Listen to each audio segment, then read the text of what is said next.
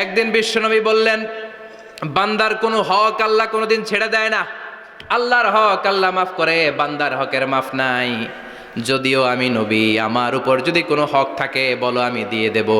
কোনো সাহাবী দাঁড়ায় না। এক সাহাবী দাঁড়িয়ে বললেন, নবী, যুদ্ধের ময়দানে চাবুক চালানোর সময়, লাঠি চালানোর সময় এক কাফেরকে মারতে যে আপনার লাঠির বাড়ি আমার পিঠের মধ্যে পড়েছে। আপনি যেহেতু এই কেসাসটা আদায় করতে চান, আপনার পিঠে আমি লাঠির বাড়ি মেরে এটারে শোধবোধ করে দিতে চাই। সাইয়েদনা ওমরে ফারুক হাতের জামা এরকম পড়তে শুরু করছে, আয় এদিকে আয়, তোরে শোধবোধ করাই। বিশ্বনবী বললেন, ওমর রাখো, এটা বান্দার হক, মিটাতে দাও। বিশ্বনবী বললেন, আসো, তুমি এসে আমার পিঠে লাঠি দিয়ে চাবুক দিয়ে বাড়ি মারো। সাহাবী বলে, ও নবী, তখন দুর্ভিক্ষের সময়ের যুদ্ধ ছিল, আমাদের গায়ে জামা ছিল না। যখন আপনি আমার চাবুকটা পিঠের মধ্যে মেরেছেন, আমার পিঠে তখন জামা ছিল না। আপনি যদি যথা নিয়মে কেসাসটা আদায় করতে চান, আপনার জামাটা খোলেন, খালি পিঠের মধ্যে বাড়িটা মারিস। এবার আর ওমরে ফারুকরে ধরে কে? এদিকে আয়, তোরে দেখাইতেছি। বিশ্বনবী বললেন, ওমর থামো, মারতে দাও। বিশ্বনবী উনার জুব্বাটা উপরের দিকে উঠালেন, পিঠের মধ্যে বাড়ি দেওয়ার জন্য ওই সাহাবীকে ডাকলেন। ওই সাহাবী বিশ্বনবীকে পিছন দিক থেকে জড়িয়ে ধরে ওই মোহরে নবুয়তের মধ্যে চুমু দিয়ে ফেলেছে। সাহাবী বললেন, নবী গো, এই নাটক করার জন্য আপনি আমারে মাফ করে দিয়েন। আপনি বিশ্বনবী, উদম গায়ে আপনারে দেখা যায় না, খালি গায়ে আপনারে দেখা যায় না। শুনেছি আপনার পিঠের মধ্যে মোহরে নবুয়ত আছে। অনেক দিনের সাধনা, জল্পনা কল্পনা, আপনার মোহরে নবুয়তে আমার ঠোঁটটা আমি লাগাবো। আপনার মোহরে নবুয়তের মধ্যে আমার ঠোঁটটা লাগিয়ে আমার ঠোঁটটারে আমি জাহান্নাম থেকে পরিত্রাণ করাবো। এজন্য প্ল্যান প্রোগ্রাম করে এতক্ষণ আপনার জামাটা খুলতে বলেছি। আপনার উপরে আমার কোনো হক নাই। আমার আব্বা মা, আমার সম্পদ, আমার জীবন আপনার জন্য কোরবান গো নবী। বিশ্বনবীর পিঠে বাম দিকে খাতামুন নবুয়া ছিল, মাহরে নবুয়া। কোনো বর্ণনা এসেছে উনি এই মাহরে নবুয়া দিয়ে পিছন দিকে দেখতেন। বিশ্বনবী যখন নামাজ পড়তেন উনি বলতেন, ইস্তাকিমু ওয়া'তাদিলু ইয়ারহামুকুমুল্লাহ, কাতার সোজা করো, ফাঁকা জায়গা বন্ধ করে দাও, কারণ আমি সামনে যেমনি দেখি পেছনেও তেমনি দেখি। অনেকে বলেন বিশ্বনবী পেছনে দেখতেন এই মাহরে নবুয়াতের জায়গাটা দিয়ে। এটা ছিল বিশ্বনবীর behind CC camera, behind close circuit camera. আল্লাহু আকবার। বিশ্বনবী ছাড়া কোন নবীর পিঠে এরকম মাহরে নবুয়া ছিল নাকি? কথা বলেন। এজন্য ওই নবীরে গালি দিলে সহ্য হয়? কথা বলেন, সহ্য হয়? ফাবিমা রাহমাতিম মিনাল্লাহি লিনতা লাহুম ওয়ালাউ কুনতা ফাযযান গালিযাল কলবি লান ফাদ্দু মিন হাওলিক। আল্লাহ বললেন, ও নবী, আপনার হৃদয়টা বড় নরম, সফট হার্টেড মানুষ আপনি, কোমল হৃদয়ের মানুষ আপনি, খোশ মেজাজের মানুষ। বিশ্বনবী এত খোশ মেজাজের মানুষ ছিলেন, বিশ্বনবী যেখানেই যেতেন ওখানে মানুষের ভিড় হয়ে যেত। যেখানেই যেতেন পিছু পিছু লোকজন ছুটতো, কারণ খোশ মেজাজের তো, সফট হার্টেড, হৃদয়টা কোমল। ওনার সাথে কথাই বলতে মনে চায়, টাইম পাস করতে মনে চায়। আল্লাহু আকবার। বাচ্চাদের জন্য রহমত। ছোট বাচ্চারা বিশ্বনবীর সামনে যদি কখনো চলে আসতো, বিশ্বনবী ওনার কোমল হাতটা বাচ্চাদের মাথার মধ্যে হাত বুলিয়ে দিতে। এমন কোনো বাচ্চা বিশ্বনবীর সামনে দিয়ে ক্রস করতে পারতো না যে বাচ্চার মাথায় বিশ্বনবী হাত বুলাতেন না। নাতিদেরকে অনেক আদর করতেন। হাসান আর হুসাইন রাইহানাতাইন, বিশ্বনবীর সুগন্ধি। হাসান বিশ্বনবীর কোলে উঠলে সাইয়েদনা হুসাইন কোলে ওঠার জন্য কান্না করতেন, আবার হুসাইন কোলে উঠলে হাসান কান্না করতেন। আবার সাইয়েদনা হাসান বিশ্বনবীকে ঘোড়া বানিয়ে বিশ্বনবীর পিঠের উপরে বসে বিশ্বনবীর চুল ধরে টেনে টেনে খেলা করতে।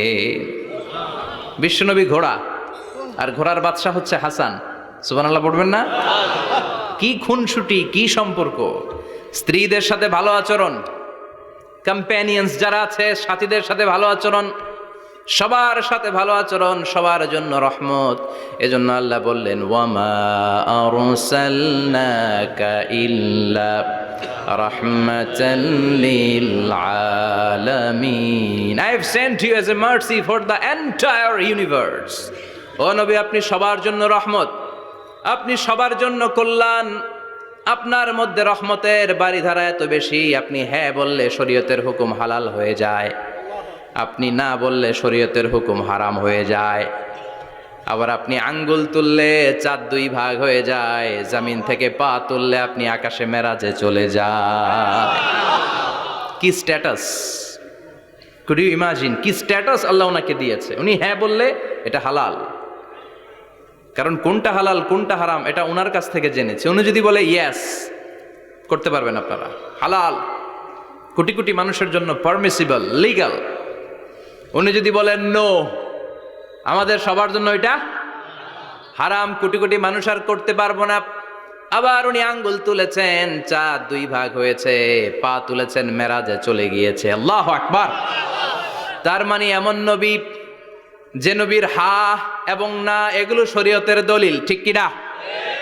এ নবী এমন নবী, এ নবীরে বাদ দিলে কোরআন বোঝা যায় না, এ নবীরে বাদ দিলে হাদিস বোঝা যায় না, এ নবীরে বাদ দিলে নামাজ বোঝা যায় না, ঠিক কিনা? কারণ কেমন করে নামাজ পড়তে হবে এই নবী আমাদেরকে হাতে কলমে শিখিয়েছে। সল্লু কামা রাআইতুমুনি উসাল্লি, আমি যেমনি সালাত পড়ি তেমনি পড়ো। বিশ্বনবী যেমন শিখিয়েছেন তার বাইরে অন্য কোন নিয়মে সালাত পড়লে হবে নাকি? কথা বলেন। ফজরের সালাত 2 রাকাত, আপনি যদি পড়েন 3 রাকাত, কবুল হবে নাকি? 4 রাকাত পড়লে, 6 রাকাত, 12 রাকাত এরকম পড়লে মায়ের আসানা নাই, কবুল হবে না। অনেক বেশি পড়েছেন, সময়ও দিয়েছেন বেশি, কবুল হবে না। কেননা বিশ্বনবী যেভাবে শিখিয়েছে ওইভাবে পড়েন নাই তো, ঠিক কি না? আবার বিশ্বনবী যেমন রোজা রেখেছেন তেমন রাখতে হবে। কেমন করে রোজা রাখতে হয় বিশ্বনবী শেখালেন। ফজর থেকে শুরু করে সন্ধ্যা পর্যন্ত রোজা রাখবেন। আপনি সকাল থেকে শুরু করে আসর পর্যন্ত রেখে আসরের পর ইফতারি করলে হবে নাকি? কথা বলেন। কারণ বিশ্বনবীর পদ্ধতিতে হয় নাই। আবার এই নবীকে বাদ দিলে হজ বোঝা যায় না, কেননা এই নবী কেমন করে হজ করতে হয় আমাদেরকে শিখিয়েছেন। বিশ্বনবী ওনার পুরো জীবনে 4টা উমরা করেছেন, একটা মাত্র হজ করেছেন। আর বলেছেন খুযু আন্নী মানাসিকাকুম, কেমন করে হজ করতে হয় আমার কাছ থেকে তোমরা শিখে নাও। হজের সিস্টেম কি আমার থেকে শিখে নাও। মাত্র একবার হজ করেছেন, তাতেই হজের সব আহকামগুলো আমাদের কাছে ক্রিস্টাল ক্লিয়ার, স্বচ্ছ কাচের মতো, স্ফটিক কাচের মতো, স্বচ্ছ পানির মতো এত সুন্দর তিনি বর্ণনা দিয়েছেন। এই বর্ণনার উপর ভিত্তি করে লক্ষ লক্ষ মানুষ গোটা বিশ্ব থেকে কাবার প্রান্তরে জমা হয়, ঠিক কিনা? মাসাবাতান লিন্নাসি ওয়া আমনা, গোটা বিশ্বের মানুষের মিলন কেন্দ্র। আপনি যখন মসজিদুল হারামে যাবেন, মসজিদে নববীতে যাবেন, দেখবেন আজান হয়ে গেলে লক্ষ লক্ষ মানুষ কাবার দিকে ছুটে, ঠিক কিনা? আজান হওয়ার সাথে সাথে শারে আল হিজরা দিয়ে, জারওয়াল দিয়ে, গাজ্জা দিয়ে, আজিয়াদ রোড দিয়ে পঙ্গপালের মতো মানুষগুলো কাবা কেন্দ্রিক হতে শুরু করে। কারণ কাবা হচ্ছে অ্যাসেম্বলি পয়েন্ট, গ্যাদারিং পয়েন্ট, এটা মিলন কেন্দ্র। এই কাবাকে কেন্দ্র করে প্রতিদিন লক্ষ লক্ষ মানুষের মিলন মেলা বসে। চিল্লায় বলেন ঠিক কিনা? কেমন করে হজ পালন করবেন বিশ্বনবী শেখালেন। কারণ বিশ্বনবীরে বাদ দিলে হজ বোঝা যায় না। তার মানে বুঝলাম উনি হ্যাঁ বললে হালাল, না বললে হারাম। উনারে বাদ তো কোরআন বাদ, উনি বাদ তো হাদিস বাদ। কথা বলেন। উনি বাদ তো নামাজ বাদ, উনি বাদ তো রোজা বাদ, উনি বাদ তো হজ বাদ। এজন্য উনারে বাদ দিলে কোরআন বোঝা যায় না, নামাজ বোঝা যায় না, উনারে বাদ দিলে হজ বোঝা যায় না। তাই উনার সাথে যারা বেয়াদবি করবে ওদেরকেও এমনি এমনি ছেড়ে দেয়া যায় না। বিশ্বনবীর সাথে যদি বেয়াদবি করে এটা অনেক বড় ধরনের বেয়াদবি, এটা রাষ্ট্রীয় আইন করে ওকে শাস্তি দিতে হবে, ঠিক কিনা?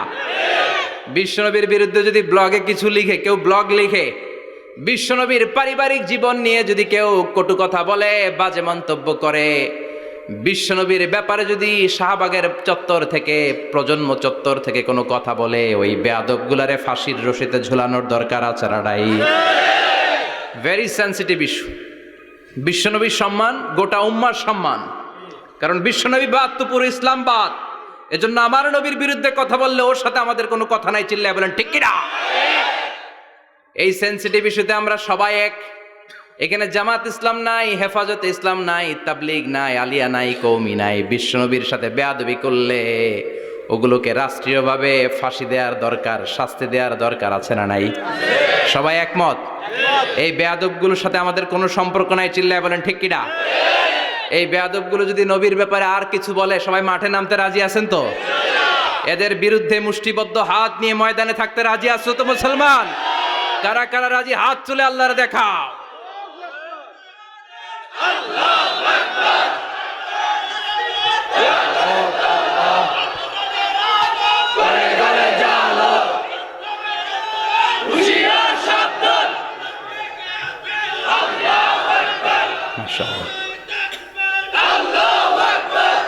আল্লাহ তুমি কবুল করো। বিশ্বনবীর ভালোবাসা যেন আমরা অন্তরে রাখতে পারি, তুমি তৌফিক দাও।